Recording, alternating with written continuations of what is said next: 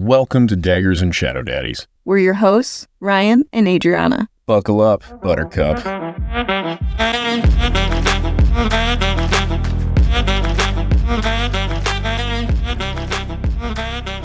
I did not expect the wall to already fall down. Hold on. The wall to already be taken down. No, you go right back to the way you said it the first time. That's where I'm going with it. You said you did not expect the wall to have already fallen down. And just because I'm used to like Humpty Dumpty kind of, just the wall fell. Wait, hold on. No. Did you think the wall fell in Humpty Dumpty's story? Humpty Dumpty fell off of a wall. A sturdy one. Because the wall didn't. But I love the way you described this as, I didn't expect the wall to fall down already. It was like really shoddy craftsmanship. It was so poorly made. That wall barely made it 500 years. It wasn't intended to be long-term. They did say that. Yeah, then why is this such a huge thing when it busted? Like, I think that's the really funny thing. Who put up the wall, right? I'm assuming it was a group effort with the cauldron 500 years ago. Yeah, that's what I thought it was a consortium, right? And then they're like, the wall's down. What was your guys' plan? You guys just like put up the wall and you're like, we'll talk when it comes down. We'll figure it out. Nobody was building up to anything here. Yeah, I also thought that he couldn't take the wall down without whatever Nesta took. I don't know. I think it was making it more difficult for him to take the wall down with what Nesta took. But I would say he found a way around it. Yeah, so hard. Clearly. I also realized that the wall is not just in Corinthian. It is across, they say, the entire continent. It's like a huge span, like across the seas or oceans and whatnot. Yeah, I want maps. Get one. Yeah, and it's pretty much just a Corinthian and Highburn. Yeah. We can start back at the beginning. Chapter 42, Nesta becomes the human emissary. Yeah. So when you think of an emissary, what do you think are good qualities for that person to have? Qualities that the Archeron sisters do not have. Conversational. They're kind, outgoing, persuasive.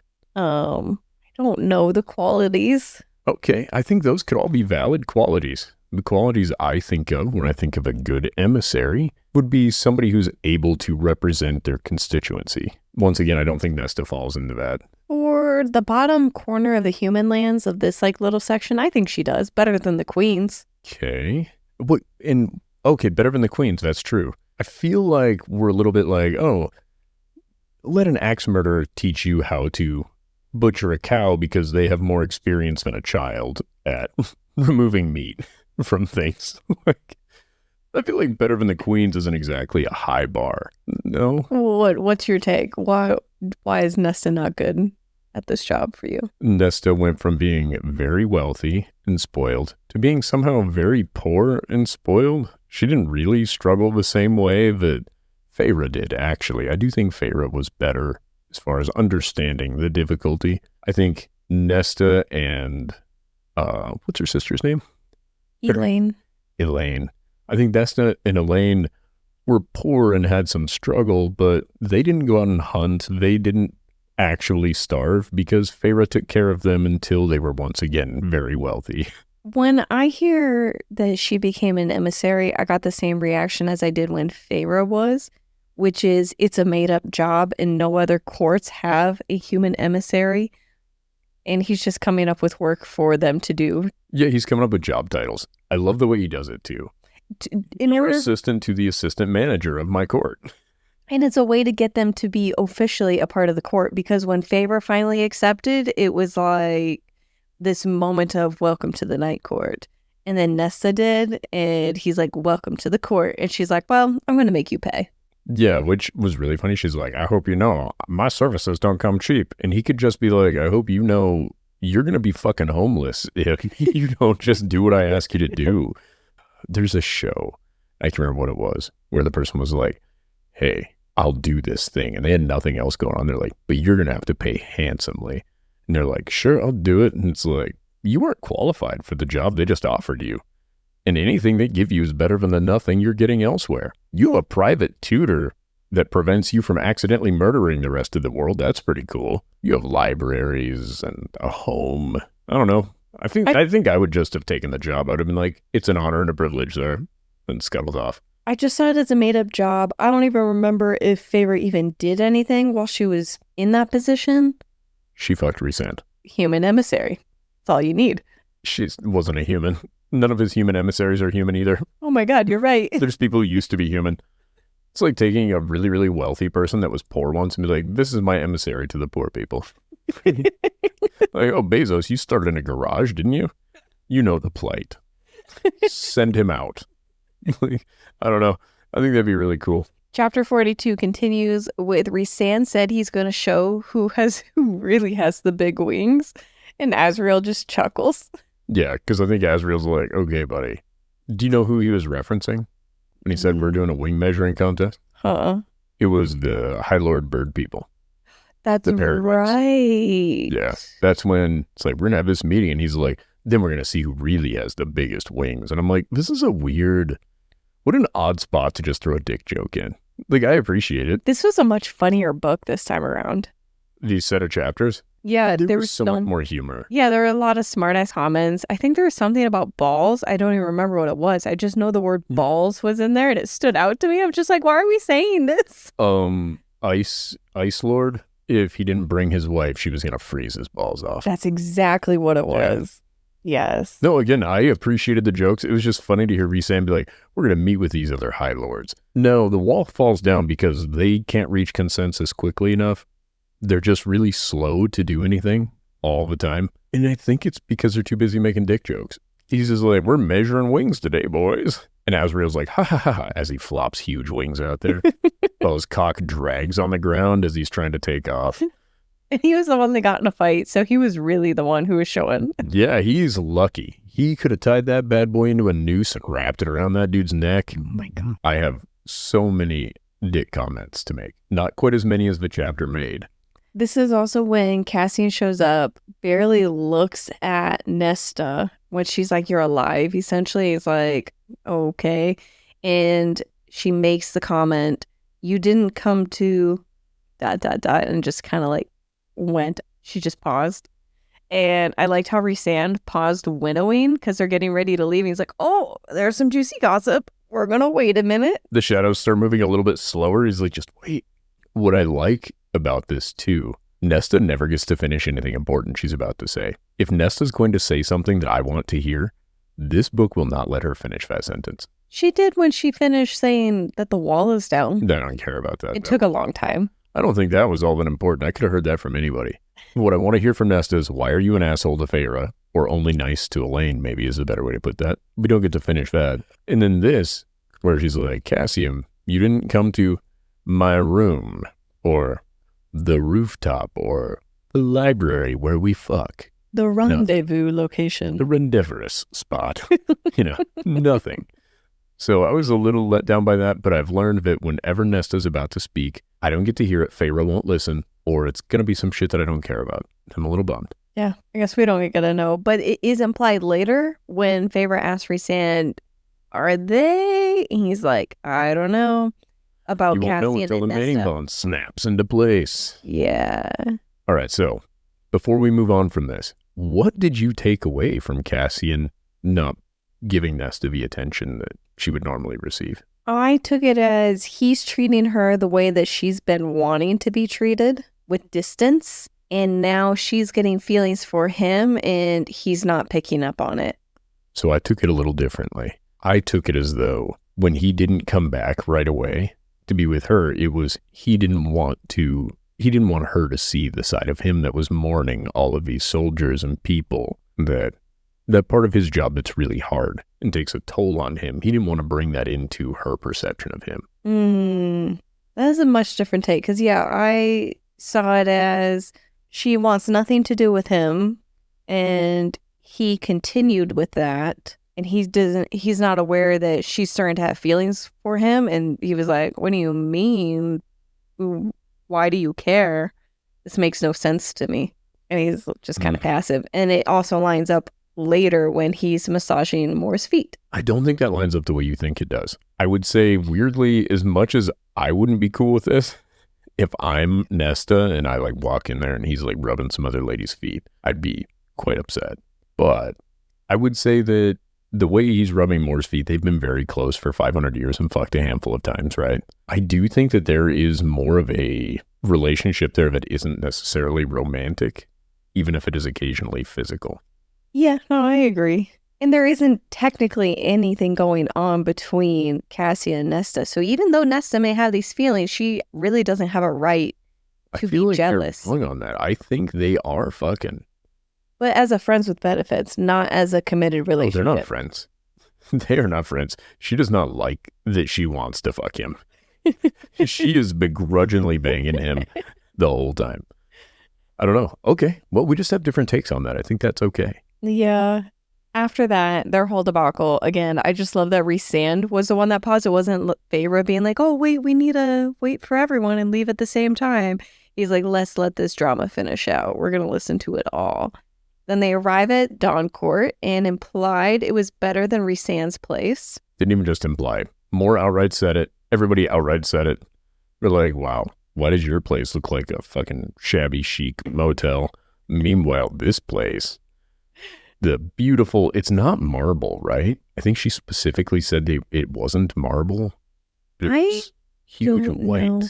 I pictured more of a Taj Mahal style palace. Yeah, that's sort of what I got from it with, and again, I think maybe just because anytime I hear of open air, I think columns, right, to support the ceiling and whatnot overhead. But even the stairway was an outdoor stairway that led up. And I don't know, it sounded so beautiful to me. I'm picturing there's like a, like the Fantasia kind of castle, but on a side of a mountain where it's just lush and beautiful. My little pea brain cannot imagine too much detail across the mountain. You be nice to my friend.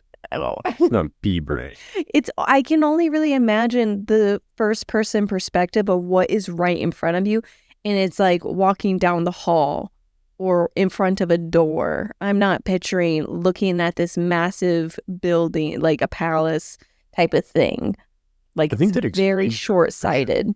I think that really explains your immersion in this differently. Yeah. Though, because everything that happens is happening right in front of you. Yeah. Versus I'm far enough away that there's nothing that's going to scare me in this book. Like, I'm watching it from over here.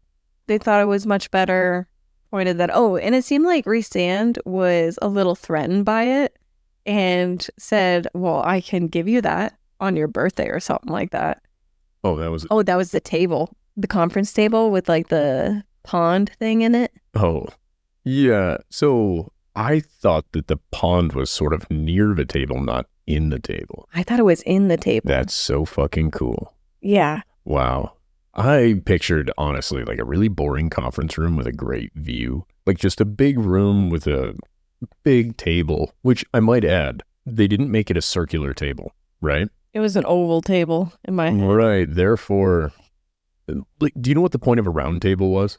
For like the Knights of the Round Table? That was to show that there was no head of the table, right? It's to symbolize everybody is equally important, blah, blah, blah, that sits at this table. I liked that the Dawncourt one was like, no. There's a pecking order here. The other thing Feyre talks about a lot in these chapters, Helian's thighs come up a lot. His bicep wrapped with a golden serpent that's upturned. Talks about that one a lot. Helian is the deity of fucking, is what I get from this. Wait, I thought we were talking about tables. We're about to. Don't worry. All kinds of things happen. Because as she sits at the table, right, she walks in, the Dawncourt people are beautiful and they have these opulent wings, Peregryn wings. That's not what they're called in this, but that's basically it. Do you know what a Peregryn falcon is? No. It was really hard not to picture penguin wings. Penguin falcon. Penguin wings, beautiful penguin wings. What are you, an emperor? My God. I love this. A Peregryn falcon's like the fastest bird, right? They're the falcons that can dive at, I don't know how fast I would say a number, but it would be wrong. It's got to be like 100 miles an hour or something. They're just gnarly. It's super cool, but I don't think of bird wings as beautiful, right? And I think it's maybe because I'm not a bird person. But also, you remember like Rick and Morty, there was a bird person in that show? Yes. That is the very first thought I had when she was like, they're beautiful bird-like wings as opposed to Rhysand's bat wings. I'm like, wait a minute, both of these are gross. Like, these guys have got bird shit all over their wings, and these guys have got bat wings, which are just scrotes stretched over a wing. Or they could just be like big chicken wings. And I thought that was funny too, because we talked about the other wings. But the other people have bird-like wings too. They're of the same descent. Oh, okay. All right, I missed. He points that out. That's good. Well, I pictured this room at one size, enough for like a big round table, like oval table for the 7 High Lords. And then more and more people were being said to be in the room. So I'm just picturing everyone scooching in really close and tight. Oh, they're all getting in chairs. Yeah, rather than picturing a bigger table and a bigger room, I'm like, well, clearly we just got to scooch in. Started with this goddamn table and we're going to use it. Yeah, and everyone's getting in closer and closer, and because then you have all of them, and they're all on little stools also, because I think it was like at one point mentioned as like a stool. So I pictured all the High Lords had these huge like back chairs, and then everyone else got these little stools that they sit on. Then Tamlin shows up, and then everyone's just like awkwardly scooching their chairs over to try to squeeze him in there. But also like scooching even further because they don't want to be near Tamlin. And then they kind of just like staggering a little bit. It was just really awkward. And a little bit of the Princess Diaries moment where she's sitting at the table and it's super awkward and she's trying to like learn how to eat things and do that. It reminded me of Feyre. Now she's a high lady and trying to fit in. I forgot about that when she's eating the sherbet and she thought it was ice cream. And Feyre wasn't awkward like that, but that's the awkwardness I pictured in that room. Yeah, so I didn't picture that at all, but I love where you're at. I pictured they have big chairs. They have like some smaller, almost like folding chairs, like little kids versions of the High Lord chairs. And those are seated kind of behind and beside the High Lord chairs for all of their people to sit. I don't think anybody's rolling as deep as the Night Court, though. Like, they're coming in, 5 large? Like, there's a pile of them, and they're High Lord. Like, they need a damn motel. They showed up in the bus. Like, there's a lot of them. Everybody else has got, 2 people. That reminds me of a later point when they stay the night, and the next morning, she's talking about her dress, and she's talking about it's, black and sparkly, and Rhysand and what he's wearing. And she says, we're showing up to show them how badass we are and that we mean business. I'm like, we're just talking about outfits right now. What is the boss babe thing? You know what I mean? Like, there's a song. What is it called? I don't think there's a boss babe song. Well, okay. It's very loosely that in my head. Not for the person who wrote or sings the song. Oh, the It Girl song. That's what I was thinking. Yes. TGIRL. You know I am that girl. That's what I was like, Feyre, calm down. You're fine. Turns out everybody here is just as hot as you are. Oh, man. The way she thirsted up after, which one was it? I think the Dawn Court, right? Has a male partner. Is that correct? Yes, Helion. I wrote their names. No, Helion is the Day Court. Thesan. Yes, Thesan. So Thesan's partner is... I thought Helion had a male partner. Helion has all the partners. Men, women, everything of age. He's fucking it. I'm so confused. Thesan's partner is... When they first show up, Thesan's the Dawn Court guy. Yeah. Then his partner is this beautiful, beautiful man. Feyre says, nearly as beautiful, nearly as gorgeous as Rhysand. Right, nearly. And it sounds like she just snuck that in there because she's like, I can't say that. I can't say maybe even a little sexier, but she's just thirsting after this dude. And she's like, well, I don't have the bat to play his sport, so we'll thirst after the next one. So then Helion rolls in, and Helion's got thunder thighs, right? She's like, it's a flowy gown. And I have no picture in my head other than literally just a toga. That's exactly what I had, just a toga. Because she's like, it's one piece of fabric and it drapes over him, caresses his thighs as he walks. And I'm like, everybody else in this room is watching Feyre look at these people, right? Like, have you ever looked in Feyre's eyes when somebody new walked into the room? She's just drinking them in, up and down. And she lingers on certain parts a little too long. What I also thought was awesome about this, the High Lords all kind of have their own swagger.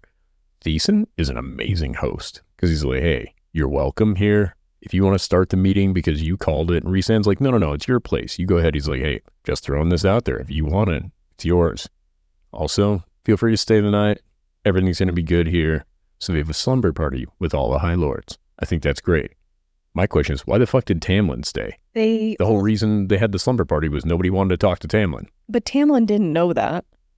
You don't think he could pick up on this? These people are 500 years old. He also gives Feyre a lot of credit for the downfall of his court, so I don't think he is the sharpest tool in the box. The sharpest crayon in the...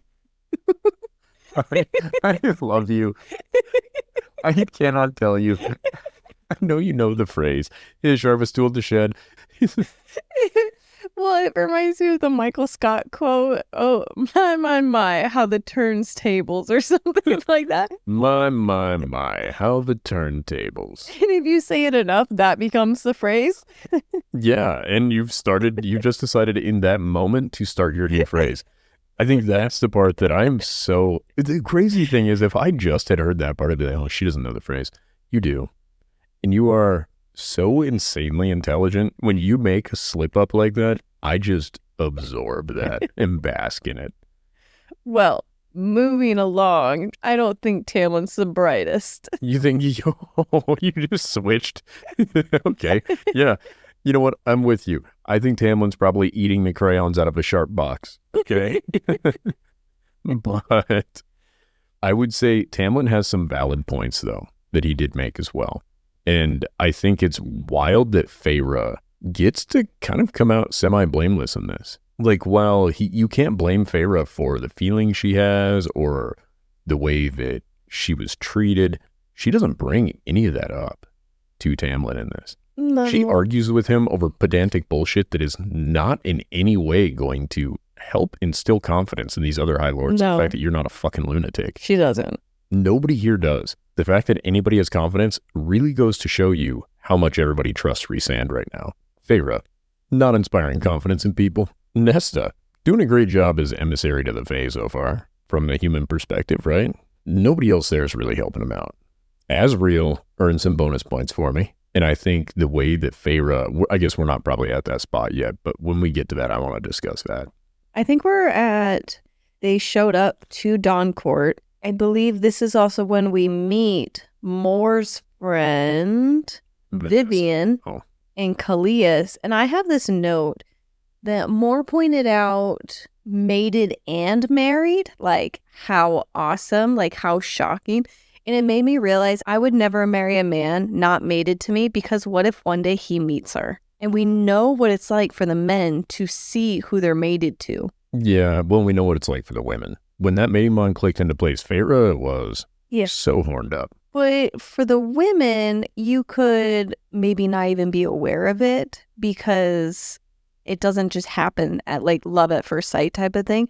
But it is for the men, and they're a bit obsessive, and they keep trying to be near and near and near. It's very animalistic. Yeah, and they knew, all the men that we've seen so far knew, like, love at first sight type of thing. And I don't think I would want to be married to someone who isn't mated to me. I don't know. I guess I'm going to offer this as an alternative. Do you think before you have that mating bond occur to you, that you actually have a concept of what it is? For instance, you know when you kind of have this twitterpation when you're dating, especially like you're 16, you meet somebody, they're amazing, they're perfect, they're hot, they're everything, right? Your brain cannot comprehend something more to you than that at that point in time. And I think that's kind of what's going on with the mating bond. From the men's perspective or women's? I think both. I think until you experience it, I would argue I had no concept of what you and I have before you and I. Yes, but that's kind of what I'm getting at. You're aware that this is something that could happen and does happen. No, that's what I'm saying. I think if we didn't have what we have and I was with somebody else, I could think that this is what it is. I think the only real way I have perspective is having the comparison of what you and I have. I think without that, you could look at how other people act in relationships sometimes. And I'm like, well, that's not how you would treat that person. Well, it's because they don't have any concept of what I feel for you. Does that make sense? Yeah, I guess I was looking at it with Tamlin is not mated to Feyre. Tamlin has not had a mate. If Feyre was to marry him, and before all this Rhysand or whatever, right, they get married. And I could see where Feyre could possibly think she doesn't have a mate because she wasn't born Fae. But I would just assume Tamlin has a mate out there somewhere. Not everybody gets one, right? I thought they did. I don't think it was just a matter of when. I don't think everybody gets one. I think it's one of those things that some people just get it and some people don't. Otherwise, also, you need a perfectly equitable division of people. You know what I mean? Yeah. You would need ratios to be so tight. I imagine this is something that the more powerful magic you have, the more powerful that bond is, as well as other things. So I think it's more obvious in things like these High Lords and these other people. But look at, okay, Mor and Azrael are a good example. We don't know if there's an actual bond there or not. If there would have been, it would have been gone by now, right? Because Rhysand says if the bond is rejected, it dissipates, right? For 500 years, he's been sniffing Mor's hair, and she has given him nothing but brotherly attention. I thought it was more, oh yeah, because accepting is to offer food? Yeah, that's the way it's seen as an official, a tradition. I think it's accepted when that person reciprocates that feeling through that bond, is my guess. Yeah. But yeah, I don't think that it's necessarily, oh, everybody gets a mating bond, you hold out until yours shows up. Because sometimes also that doesn't make the person good for you. Remember that too. The mating bond is a rough estimate biologically who would pair well with you. It isn't an emotional thing. It is purely a physical attachment. So the marriage and mating bond, that means you got them both, baby. Win-win. Chapter 34 starts with a note from you. You said, write down Peregryn. We already covered it. Okay. And that was just talking about their wings. I just love that this author can't pick a lane. She's like, I love birds. I love weather. I love seasons. She's like, also, I love Jesus. She's like, what am I going to do? And she's like, also, I love sex with dark-haired men. I know what to do. And she just started jotting shit down. And she's like, what's the sexiest bird? Peregryn falcon. It just cracks me up. What's another sexy creature? Batman's got nice cheeks. Write down Batman. It reminds me of that weird little tweet where someone says, which one's the female cat? The hot one? Yeah, that's exactly what this gives. Oh, which one of the bird people do we want to fuck? Obviously the sexy birds. They don't have pigeon wings. Get them out of here. Chapter 43 is when we found out you can be mated to someone of the same sex, which took 3 books to finally introduce something like that. I don't think that was a shock. No, it's good. I didn't know if this book was going to introduce any same-sex relationships. It didn't for 2 books. That's a lot of content to not mention any same-sex relationships. Yeah, I would say you build your audience first on a broad spectrum, and as you're filtering down, like, everybody that reads the first book is not going to read the 3rd book, right? In the 5th book. So your audience is gradually diminishing, and then I think you can get more specific with what you're doing as these books go on to appeal to who you have left. Yeah. Dawncourt has the power of healing, but I thought all the High Lords could heal. Yeah, well, it's like Tamlin, and he's like transforming people. All of them can shapeshift to a certain extent. That's exactly what I have next. I was like, Springcourt has the power to transform, but she wonders what the beast form of the other High Lords are. Right. And I think it really comes down to the High Lords where that is their gift. They just have an exceptionally large amount of that magic. The way that Feyre was able to share her healing powers was by giving her blood. There's no way the High Lord of Dawncourt is giving that power to others through his blood. No. Feyre needed it to be incredibly potent to heal him. Because he was near dead? Correct. And had the poisoned, Faebane poisoned shit in him and everything. Ooh, she had to expunge his blood, not just his body. When Nesta fell down and fainted, the High Lord of the Dawncourt came over and put his hands like over her and hovered, and there was nothing to heal. Yeah, he was checking her aura. Yeah. So that's what I have. I was just confused. I thought they could all shapeshift. I thought they could all heal. Yeah, I think they all can. Mor is talking to Vivian in chapter 43 and talks about how company has improved in their little inner circle. Only but brings over Feyre. Only invites Feyre. And Nesta's just sitting over there. To be fair, that is the correct thing to do. I'm with Mor on this one. Could you have been like, our court has grown. This one's really great. That one's also probably great, but she's not a people person. It'd be a much harder sell. I think you go, and company's gotten better. Bring the one that's improved it. Nesta, whom I adore, has not improved anything for them. No. She's been far more of a yet. liability than a help right now. Other than, I guess, Amryn. Maybe her and Amryn are just besties. It's so cool. I think they are. I know. I think it's great. Chapter 43 ends with all of the courts arriving. That's where Tamlin shows up. And I just pictured everyone just awkwardly scooching their chairs to fit him in. And they didn't have anything ready for him. I liked it the way the other High Lords refer to Tarquin as beautiful Tarquin. Helian's like, and handsome Tarquin.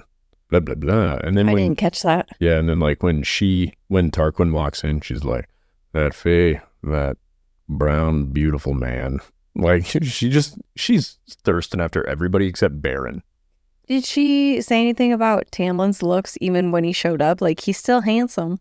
No, she said that he looked pissy, more or less. She's like, he had this look on his face. You could tell he's going to be a dickhead. And he was so whiny. He's like, it must be nice to have friends to bring to these meetings. Yeah, well, again, I kind of see where he's coming from a little bit. His life really did get turned upside down. In the great words of the Fresh Prince, right? In South Perinthian, he was born and raised. in the forest by the walls where he spent most of his days. And Screw we made Faye was up to no good. She started making trouble in my courthood. We got in one little fight and that bitch got scared. She said, I'll make this real and write stuff down later. Off the top of my head, that's where I went. That was so good. Thank you, Will Smith.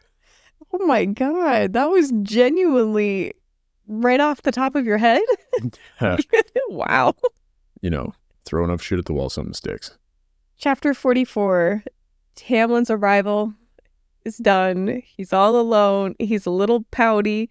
He's correctly sad that his life is ostensibly over. I have this quote and I don't even know who said it or anything. I need to take better notes.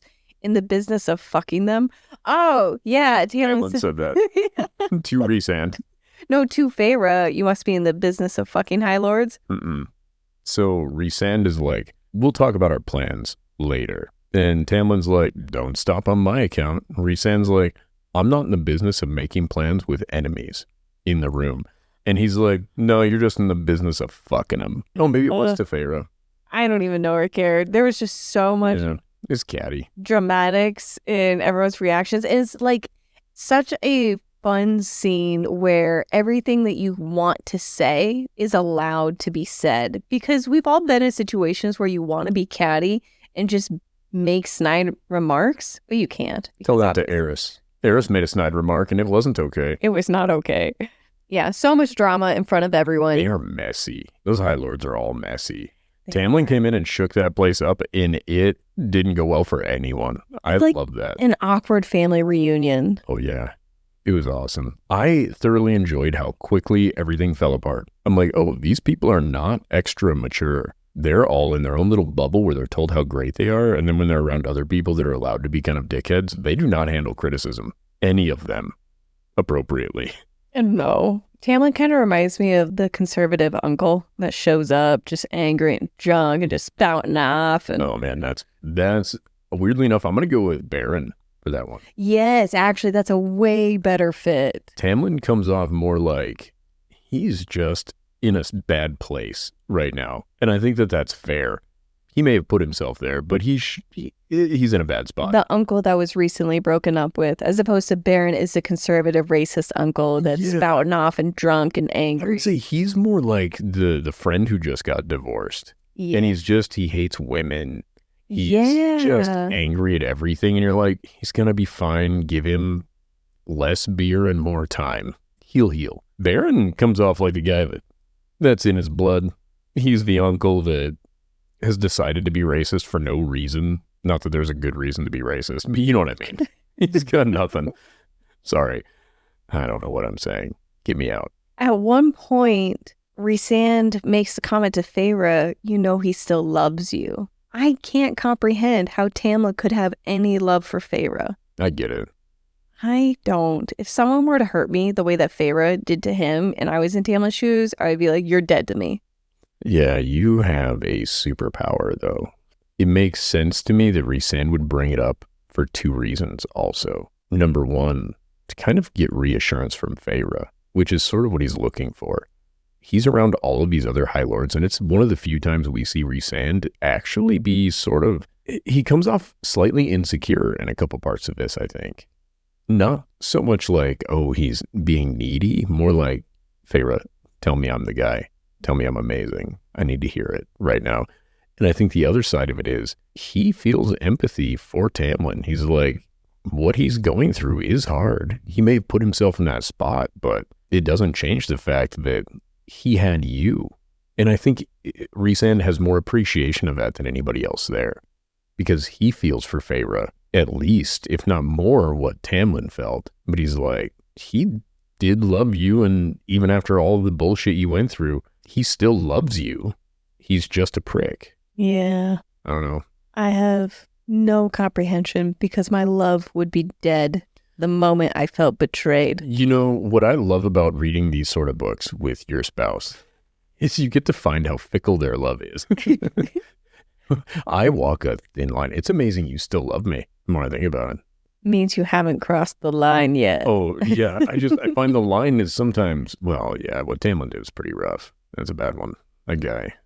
It's in this chapter that they talk about the Winter Children and Rhysand giving his perspective. And I just loved how I think Baron was the one that talked about him banging Amarantha, of just like, oh yeah, well, they're being slaughtered. You're just giving her some D, trying to make her feel better. Baron's a huge asshole. What really stood out to me in this part is Feyre's like, what he must have felt through the eyes of those that perpetrated this, right? I'm like, okay, I can understand that would be an issue. He chose to look into them and see what happened. It feels a little bit like if one of our kids watches a YouTube video that scares them, and we're like, yeah, but we told you not to watch that fucking YouTube video. You knew what you were going to see, right? Like, why did you do this? And she's like, poor him. I'm like, how about these soldiers that were ordered to murder these children? We don't feel a little bit bad? Like, wow, these guys must be really fucked up. I don't know what I thought about it. It seemed like everyone kind of eased up on him and he got to at least share enough. I don't feel like he shared adequate enough information that if I was the Winter Court that I would have forgiven him. But it clearly was enough that they trusted him and believed that he was doing what he could in the situation he was in. A little bit later is when they talked to Tamlin, because I think Tamlin was making smart-ass comments during this and just being an asshole. And they're like, why are you here? And he says that he's against Hybern. Do you think he is? Yeah, 100%. Do you think he's as clever as he was making himself out to be? Like, first 15 chapters Feyre level clever? No. Do I think he's as clever as mostly any of the other High Lords? Yeah. I do think, if Rhysand brings up, he's like, I think I sold him short by assuming the worst. And I think we as readers did too, because we're like, oh, this guy's been so thoughtless and rude with Feyre. We equated his amount of brain power he was applying to Feyre as the most he had to give. And I think I, as well as a reader, sold him short where it's like, no, it does make sense. I think coming into this half-cocked with like, we were going to find a way out of the bargain. What?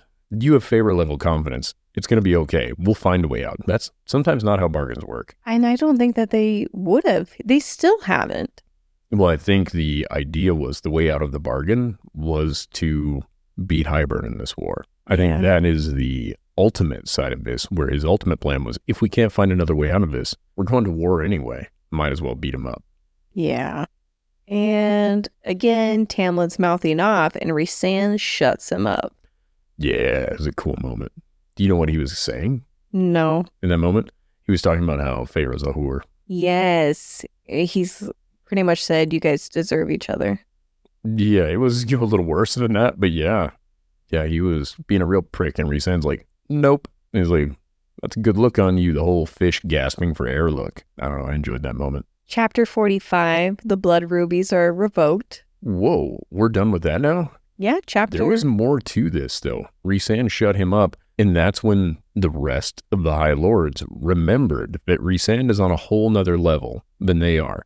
And Feyre compares his level of power as the difference between a High Lord and a human. She says he's as different. Yeah, he is as different from these other High Lords as a Fae is to a human. Why do you think he has so much more? He was bred to be that way. His mom was a powerful Illyrian lady, and I think that there's a lot to be said for maybe the book making this out to be like, all this pure bloodline shit is a problem. Like, we gain strength from being more commingled as a society. They do mention this later, and I think I have a note about it, about the Baron's wife. She's from a very strong bloodline, and that was used to explain away Lucian and his level of power and type of power. He could conceivably still be a son of a High Lord with his level of power. And to be fair, he is. He is a son of both the High Lord and his mother. Yeah, which I'd like to add, I get bonus points for that. I called this. You did. We were like 2 minutes away from actually finding out, and you're like, Google it. I said, like, no. Pause. Because I was like, I think, well, we discussed this before, I think in another episode where I was like, I don't know that Lucian is Baron's kid. Because the way that he's the youngest son, he's either so much more powerful than his brothers, or he's not entirely Baron's son. And that's why Baron would be like, yeah, fucking murder him.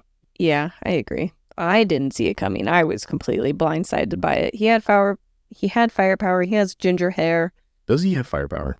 Any more than any other person can produce? I don't think we've seen it in action. That's what my thought was too. We haven't seen him use his firepower. Maybe we have, and I just don't remember it.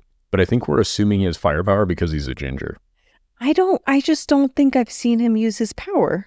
Maybe in the first book. And that's been so long ago now, I can't remember. I think only the High Lords actually maintained shit for power then. Lucian came to her when she was in the dungeon, and I don't remember what he did then. I don't know, but I'm going to look more into that here in just a little bit. We're okay.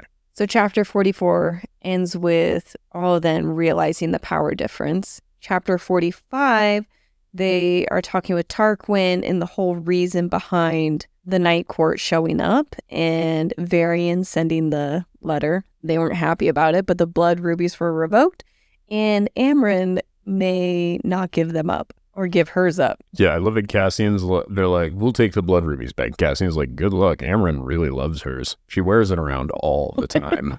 I think it would be so cool if Feyre makes a crown out of hers, but I don't think she will. I love that Varian was like, I knew she'd love it. Perfect. And they were wondering, one of the reasons that the Night Court was challenged by the other High Lords was, why were you aware of what was going on in the Summer Court? And that's where Varian immediately steps up. 10 points for this guy. Yes. He's like, because I fucking told him. And Tarquin's like, what the fuck, man? You told them? And he's like, hey, man, we survived it because I told them. You're welcome. We'll talk about it later. I love that. After this scene, I have a quote, and I really hope that you know what it's from. The better man, the better male. So this was Feyre talking about Rhysand and how he handled Tamlin. Yes, he's the better man and he's the better male. And it was so weird. I didn't like it. I just thought it was funny. I don't know why we said better man, because she goes, the better man, better male. Like, it was like she was correcting herself, because there is a distinguishing difference between the two that I'm unaware of. I don't know. She was just thirsting after Rhysand again. Which is good to see, given all the other treats floating around there. Do you know? She got jealous. The fact that she wasn't invited to a threesome. Neither was Rhysand, though. Yeah, but I think there's a reason for that. Because he's not good in bed? No, I would say because two High Lords fucking international incident. Oh. What if they accidentally make a baby? Oh. Like it is a baby born of magic. Which one of them boops it out? We don't know. Oh my God. Do you remember what Eris said to Mor? Because this is when Asriel. I don't. I have no idea what he said, because I was sort of, I think, zoned out for that part. And I think it was her outfit and something about calling her a whore. Oh, yeah. He's like, hey, good to see you're still a slut. Yeah. And Asriel wasted zero time. He, across the table, rips this dude through, not out of his chair, through his chair. The chair explodes. He throws him onto the ground, and he's just watching the life leave his eyes as he's manually choking this dude out. I think this answers your question from the last episode. how long can they hold their breath? Is it longer than average? It is at least 2 paragraphs, almost 3. What? Okay, and before we leave this topic, I'm going to let you keep going, but I might bring us back into it if you don't mention something, just as a heads up. Go ahead. I have Azriel wins brownie points. He's mated to more. This is when I was just like, he is mated. Even if she doesn't reciprocate, even if he doesn't act on anything with it, he is mated to her. And all the more reason why I don't think he was caught by Eris, because of the power difference between him and Eris right there. And yeah, I know he's heated and upset, and that helps, but I don't like that he got caught, and it doesn't make sense. I would also add, no, I don't know if this is because of the wards they have to try to prevent violence from happening, but he's powerful enough to deflect Baron's fire. Baron's fire keeps trying to penetrate it, and it's just bouncing off the big blue shield. Yeah. And he is dominating Erisness, which I found amazing. I think Eris will become a character that we like, right, in the end. I hope that we hear his side of the story of what happened, because it is, according to Eris, very different than what Moore thinks. He'll end up sacrificing himself and saving her, and that will be his redemption arc. I'm almost willing to put money on this. But in the meantime, we got Baron, who's like, what the fuck, you're hurting my kid. And he's like throwing fireballs at him, and it's just bouncing off the shield. And Rhysand tells him, like, enough. And he's calm, and he's like, stop. I don't know. It was Feyre. Nope. It was Rhysand first. Rhysand is like, enough. Stop. And then he's like, hey, Feyre, will you go get our kid? And then Feyre handles it like a boss. She walks over calmly, like a maternal figure. She walks over, puts her hand out, and is like, all right, you've made your point. Let's go home. Let's go. Coaxes him out of there, and he's still just seething. And then, this whole time, she has like a silent windshield around her, and I think the Baron went after her. So she's not going after her. It was as soon as Azriel let down his shield from the siphons or whatever, right? Azriel lets down his shield and then comes to go be near Feyre, and then Baron's like, now I'm going to cook him. Bow! And he goes to throw something, and she throws up a shield and just negates his fire too. I just picture a slow turn to the Baron when he does it, of just like, excuse me. I think what would have been even better is as Feyre walks him over and she just like lightly pets big old Azriel. I imagine Azriel's like one of those little kid chairs. You know how like when we go camping, I like to sit in the little kid chairs because it makes you feel like a giant. I imagine he's sitting in this tiny little chair and she's on this big one next to him. She's just like batting his head like, oh, it's okay, baby. And then she looks over and she's like, is this guy really allowed to be a High Lord? And like, he's barely able to. Can this guy light candles, or do we have wicks that are too hard for him to light up? Like, I would have just emasculated him for no purpose other than to do it at that point. We're still in chapter 45. The anti-Fabane made by the Dawn Court is brought up by someone that was similar to Amryn almost in how she was described. And this is when Tamlin makes his pouty comment, it must be nice to have forces to give the anecdote to. Antidote. An anecdote is a different thing. I have antidote down. It's like, please don't tell me. This reminds me of when whoever's narrating the book is like, you're incorrigible. I'm like, incorrigible? Those are two very different words. Like, at least you can give anecdotes to your people. Like, never mind. It doesn't matter. You did great. Yeah, Tamlin is pretty whiny, but rightfully so. Yeah, he's in the like, most danger. I think that's vulnerable and everything. He is just pissed. And probably likely to be murdered in reality. Also, yeah, she brings up that this lady, she's like, this is who Amryn modeled her fae body after, is somebody of this lineage. Yeah. And I thought, oh, that's really cool, because that gives me a better image without her having to describe this lady for 22 minutes. This lady is also bionic. She's got parts that are robots. She's a $6 million fae. I was picturing it, though, the work for his eye and her arm as almost cyberpunk, though, because I think it was gold or brassy. It's gold. It was like cyberpunk style. So here's my other question. If she can build all of these cool cyberpunky things, right, and she can infuse them with magic and whatnot. Wouldn't it be cool if she just built like a bunch of golems and then What's a golem? like a doll type thing that could be controlled via magic or maybe shadows? A golem would be like, think of it like a robot. I'm picturing Tears of the Kingdom, Zelda, where he can get inside of that thing and he can just like walk around in this super big robot body.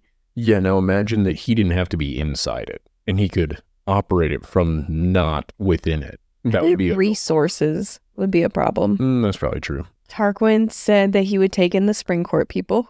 Yeah. And I think that is taking them from the Spring Court through the Autumn Court and into the Summer Court. I don't know what order they're all in.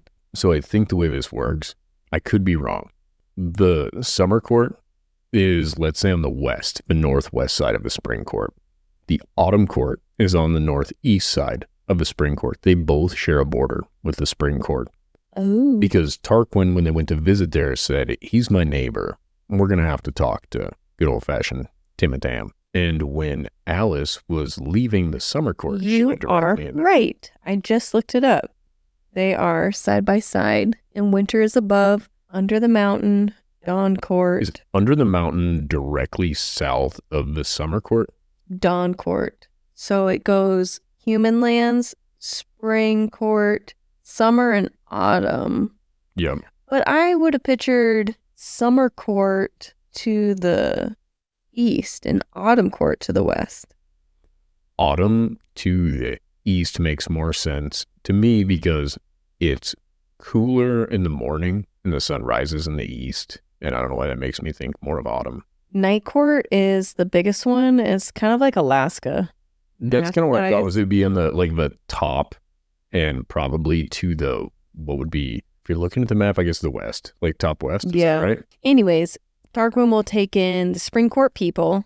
Autumn Court brought up Claire, and they were just out to hurt Feyre. Nesta stood up for Cassian. He may be the only thing standing between Hybern and your people. And I really like that Nesta did that. Oh, nasty Nestas. What are you about to say? I like the nasty brought that up. You think that's going to be for? When you do that, then it makes me feel like I have to leave it in there. What do you mean? Do what? You're such a goober. All I'm saying is, if I'm Cassian, my pet name for Nesta is Nasty. Chapter 46. This is when Feyre loses her mind. I don't remember why. Cool. Yeah. Well, yeah, we probably should clarify when you have people that are literally losing their minds. Yeah. And Baron shields against Feyre. And I was really surprised to see Feyre's skills as enough against a High Lord. Oh, I think she could have killed Baron. Yeah. Yes. So she has his firepower, a small amount. Therefore, his fire should do nothing to him because if someone was to use fire against him, it doesn't affect him. He has a big old fireball as his shield, and it's not cooking him. Hold on. Fire can still hurt fire, though. I don't think it hurts Baron and Eris. I don't think fire does anything to them. Okay. It just kind of is like in the way. Okay. That's my perspective. And then I started picturing, what if she got in a fight with whoever has the water power? Can she drown him, or can he breathe water? Oh, you think Tarquin may have gills? Yeah, I don't know. That could be cool. Be like an immunity to your own power. It can't be used against you like that. Like the Baron, you can't cook the Baron. So, and I'm going to disagree with you on this. I think it still has an effect. I think they are highly resistant to these issues, right? But Demati have this power. They're not immune to mind controller suggestion just because they're Demati. I think somebody that's a more powerful Demati can still override that. I think it's the same thing with the fire. I think if Feyre hypothetically had hotter fire than Baron was capable of producing. Well, that's what I was wondering, if the Baron can overpower Feyre with fire because of his intensity of fire compared to hers. I could imagine that would be true if then she didn't have a way to circumvent the fire. Like water or ice. Yeah, well, okay, so this is where I'm going to get weird about it. The best thing to use against fire would be air, right? Air is the best insulator, and if you can get enough of the oxygen out of there, there's nothing for him to combust. That dude's got no fire and he can't breathe. Ta-da, use your windshield and vacuum chamber that dude. That is insane. Is that not what you would do? This is a romance book, not a... Reading it. Nasty Nesta.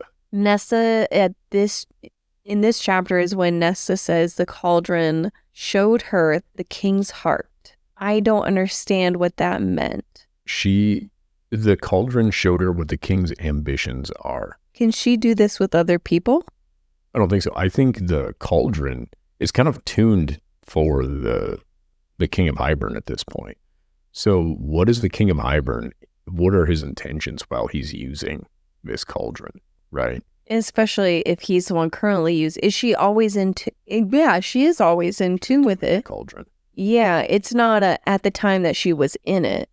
Yeah, because her power that she took is a portion of it. Yeah. I see it as kind of like if you break off a piece of a magnet. Like let's say you have a huge, like a neodymium magnet that's the size of a sheet of paper and I break a corner of it off, right? This is still a functioning magnet. This is still a functioning magnet as well. Both pieces still work. That makes sense because the cauldron, they had to put it together. There were parts missing from it. They put it all together so it could be at its full power. Nesta took something from it.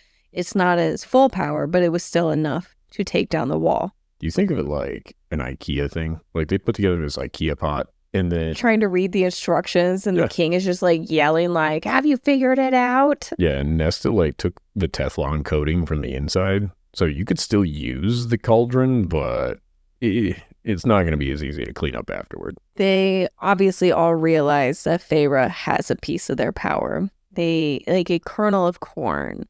I like the fish scale as a better example because that's a little more relative to a common size fish. I don't know what a common size fish is actually. Never mind. It won't Most go. commonly eaten fish is probably tuna, and they are huge. Well, these scales are large. They said a kernel of corn, and is this a kernel of corn on corn on the cob or in a corn, or did they just say a kernel of their power? Oh no, I think I pictured corn. That makes sense.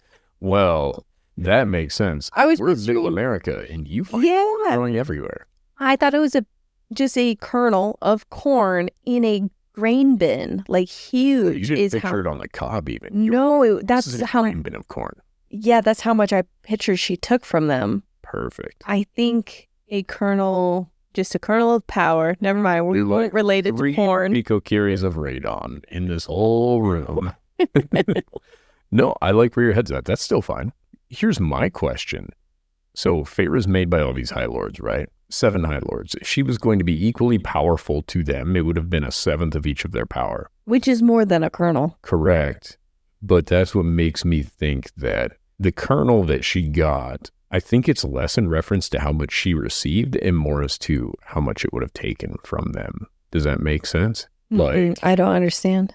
Okay, one of your plants, like let's say that one that grows all viney and spidery and it's got all those leaves, right? If you cut off just a very small section of that, let's say you cut off something that's the equivalent of 1% of that plant, but then you put it in a pot, you water it, you feed it, give it sunlight, it eventually becomes just as big as the other plant that you took it from. Wow, that is such a cool take on this. Wow. Thanks. Yeah, no, that is so great. I like that. I'm going with that. Whether that's true or not, I like it and it makes sense to me. And Feyre tells them she did not take this power and she will use it as she pleases. It's mine. You gave it to me.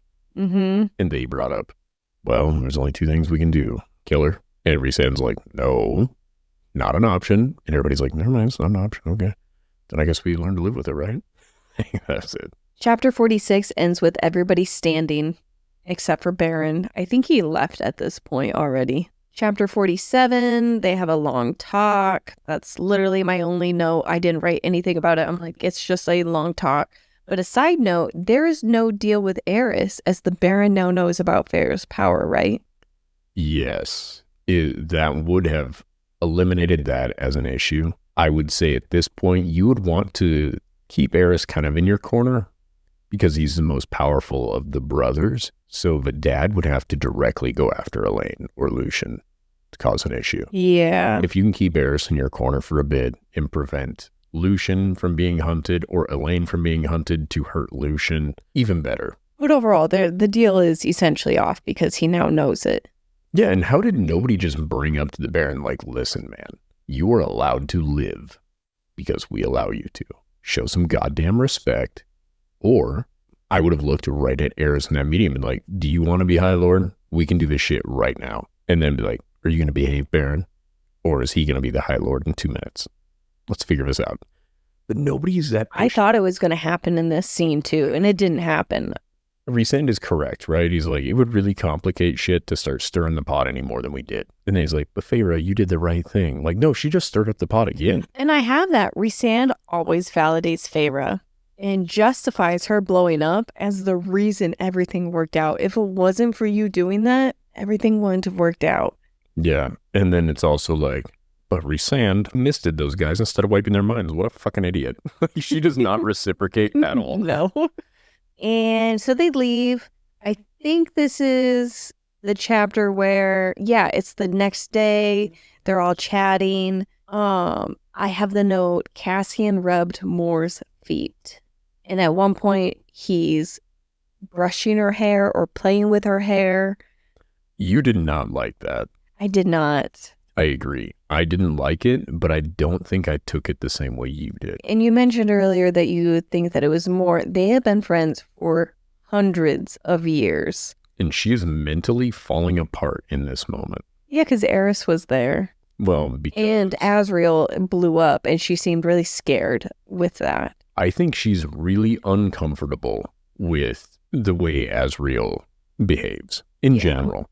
And it makes sense why she hasn't fucked him yet. Because she's like, listen, I love you, but you can't keep losing your goddamn mind about things. And the rest of the time, he seems so calm, right? But there's this boil under the surface. And she may be more aware of that because of their bond. Maybe. And Helion shows up. Helion, Moore, Cassian, Azriel for some offer. Yes. That's been long-standing for a long time. Nobody's ever taken him up on it. And Moore's like, it's because I don't like to share. But then she's the one that ends up fucking Helion, which is a little funny. And Cassian's like, I'm going to have to pass this time. There's a lady who I'm going to fuck like 2 rooms down. She's not going to do it, but I'm going to let this slide. I do like that Rhysand, when talking to Feyre about all this, acknowledges that Cassian's going to have to come to terms with some things. Because Feyre says he's kind of egging some of these issues on. And he's like, he's got his own stuff, and he's probably going to have to make decisions here really quick. Yeah. I'm curious as to what those decisions would be. I think with Nesta, he needs to either knock it off with Moore if you want to take things seriously with Nesta. Oh, I see what you mean. Well, okay, so maybe they were even reading it the same way you were. I can agree, but I don't think rubbing... Okay, I wouldn't rub another woman's feet. Number one, I give you foot rubs because I love you to pieces. Feet are disgusting. But either way, I would show no other woman affection, physically, especially. But I took it as in this book, it was more like, oh, she's having a tough time. How do I comfort my friend? And it seems as though I'm the only one that took it that way. And I think it's true, but at the same time... Nesta might handle it more the way you're seeing it. Yeah. Be detrimental to his relationship. All right. Oh, I see it now. I'm stupid. This book is funnier than the last ones. I liked all the little quips and comments. It's just been way more entertaining so far. Helion is a very entertaining character. And we find out Helion is Lucian's dad. And you called it. They were talking about it. And you were just picking up on all the signs on this. Just the discussion of the Baron's wife and Helion talking about her. And it wasn't even to the point that he even admitted the affairs. It was when the Baron's wife didn't look at Helion. Helion looked at her. Yeah. And she like, nope, not looking at him. I'm like, oh. And then you find out that he's the sex god. You're like, oh, I see what's going on. We're getting some real Zeus parallels actually with Helion. Yes. And I'm glad you brought that up. When you first talked about it in the beginning, in the robe and the thighs, it's like a Zeus.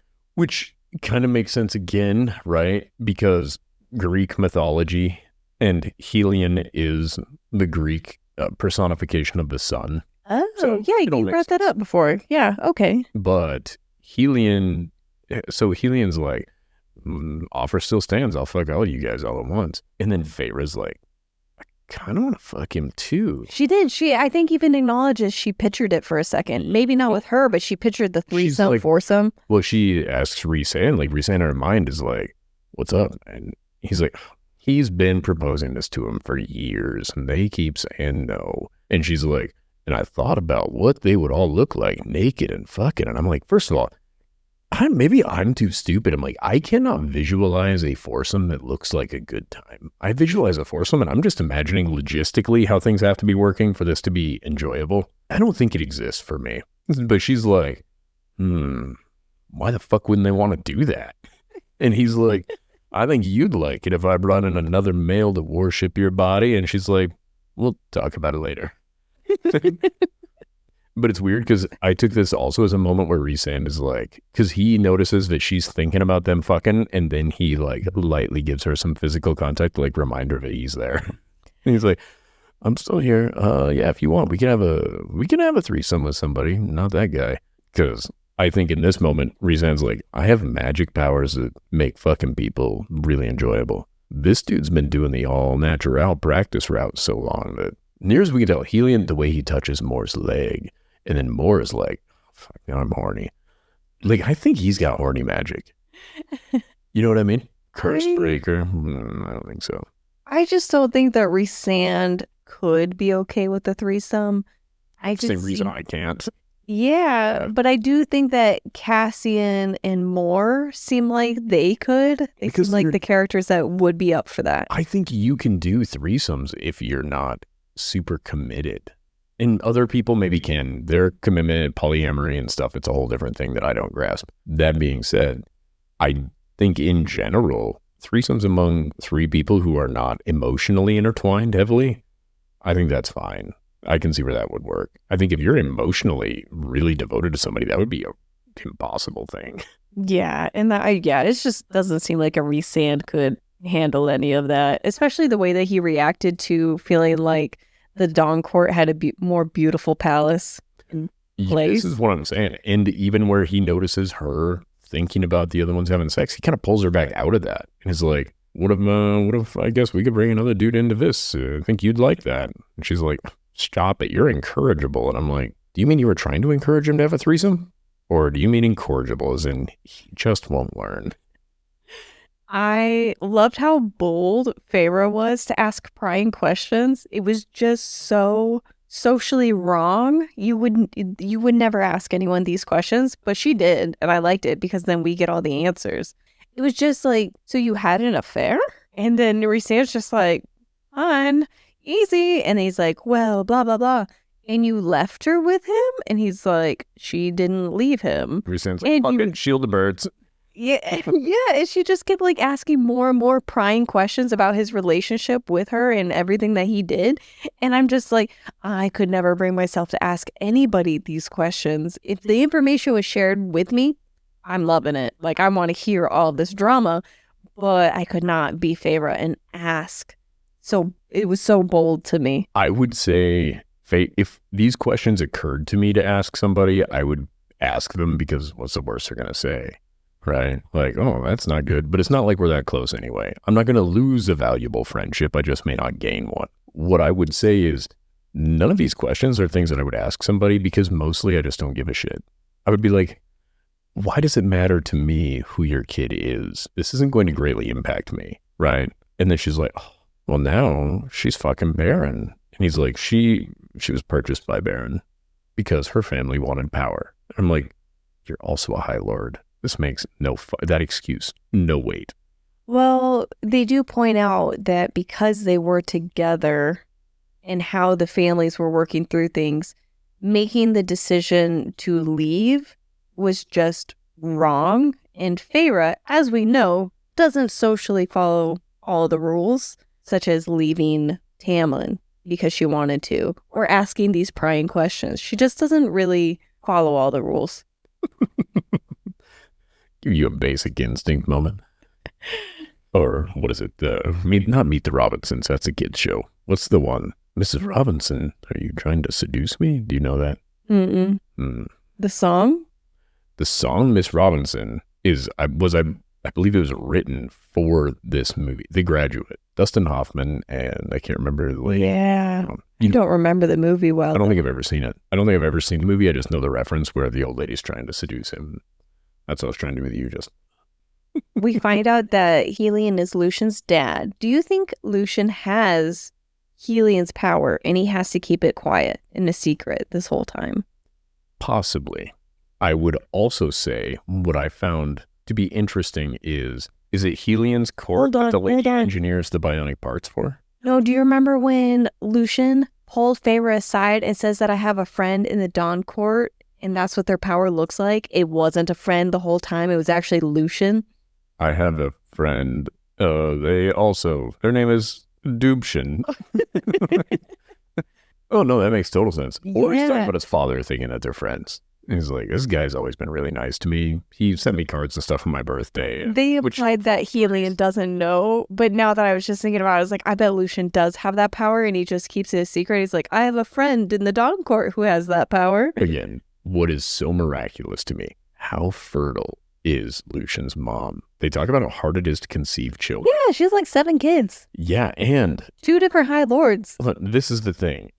Obviously, Super Splooge is going to be super, right? So I'm sure that helps. I'm so disgusted right now. What really blows my mind with this is Helion's like, I guess I never gave it another thought. It's like, but you were fucking her. And then immediately after the time period that it could have easily been your child. They don't say any of this. This is all going on between Feyre and Rhysand in their head. Yeah, but Helion... okay, so she doesn't bring it up to Helion? No, Helion... And Helion's like, I never thought about it. No, Rhysand says I never Yes. So Rhysand's also a dummy. What the hell? Maybe he was a child when this happened, but I'm like, nobody's ever putting this math together. You and I got married and had a child 11 months later, and people were busy doing that math every time. They were like, wait a minute. And they're like, no, wait, it's fine. And I'm like, but is it? Nesta walks in. She doesn't even greet Helion, and I just love it. Helion greets her. Yes. She's like, no. Don't care. Yep. I love Nesta. She's who I want. She's my spirit animal. There is Cassian more in Nesta drama. It's just pretty much what I'm seeing, that Cassian walks in and gives her all of his attention, listens to her, but it was just like, you quit touching Moore's hair to come in here to then talk to Nesta? Yeah, what I do think is bonus points, though, for him is he does listen to her. She's like, something's up. And he's like, I'll find out. Like, they still didn't leave. But it's not his choice. Yeah, but it could have been 2 against 5.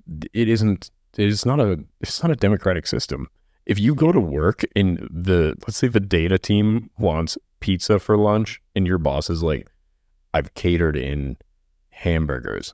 You guys don't say, actually, we voted for pizza. Fuck you. Okay. You guys have a point. Damn hamburgers.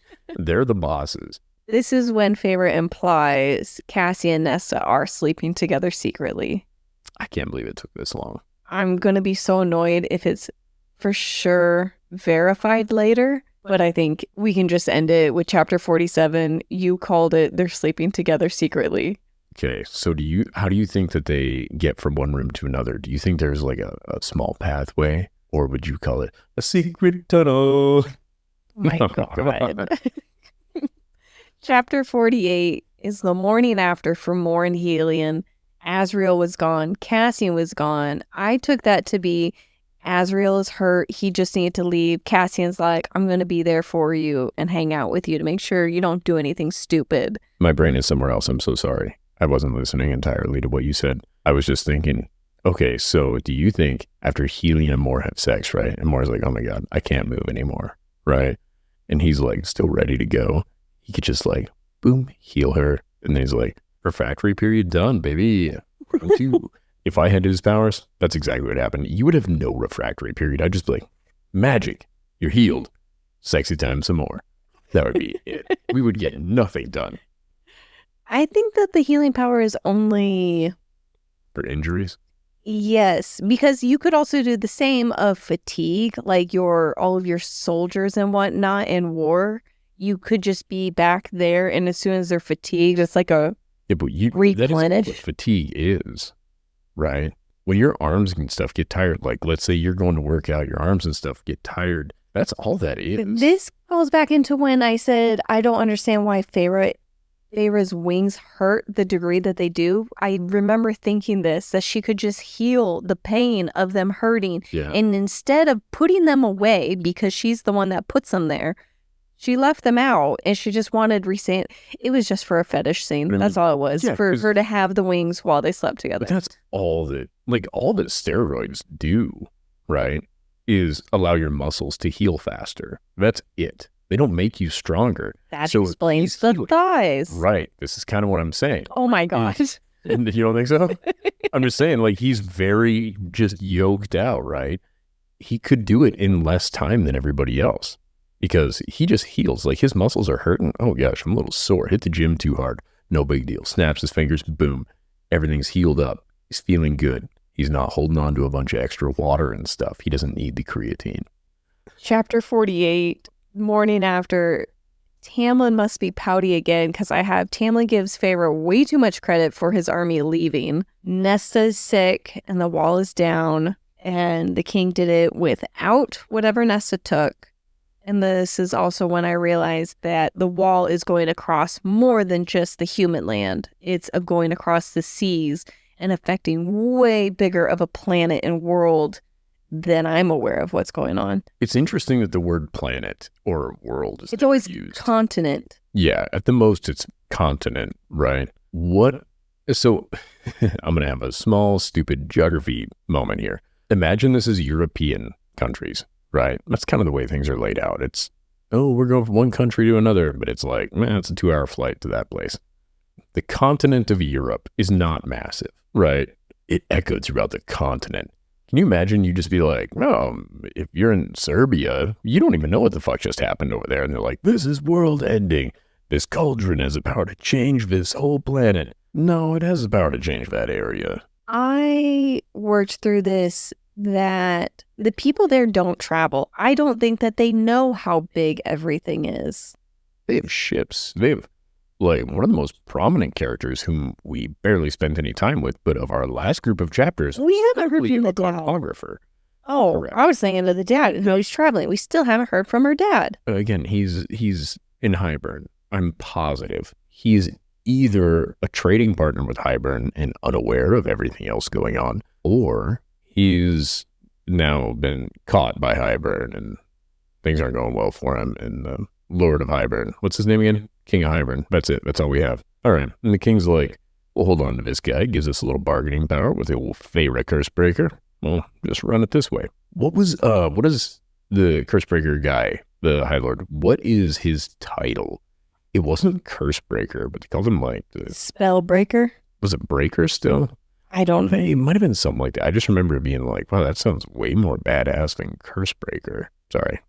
No. Cursebreaker just sounds so derivative of like Stormbreaker. Just Thor's hammer. Well, axe thing. You know what I'm talking about? Mm-hmm. Yeah.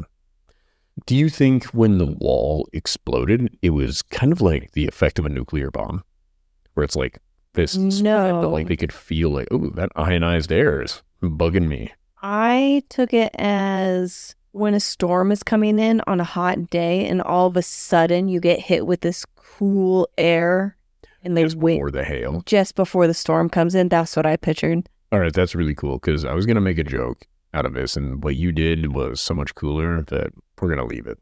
Good job. Those are all the notes I had. Did you have anything? I had 0 notes. Well, you do have a task. You need to continue the song and get more lyrics out. The Fresh Prince of the Spring Court. Got it. Yeah, we'll do it. We'll write it up. Awesome. I love you. I love you. You're my bestie. You're my bestie. It was a great time. We had fun. Now get out and go live your life. No, wait. No. Thank you all for listening. We appreciate and love you all. Please follow us here, TikTok or Instagram at Shadow Daddies Podcast. And then go live your life. Bye. Bye. Get out. We're done. This was Daggers and Shadow Daddies. Now it's my time. Toodaloo. It was fun for us. I hope it was fun for you. But that's all we've got. Goodbye. Come back in a few days. We love you.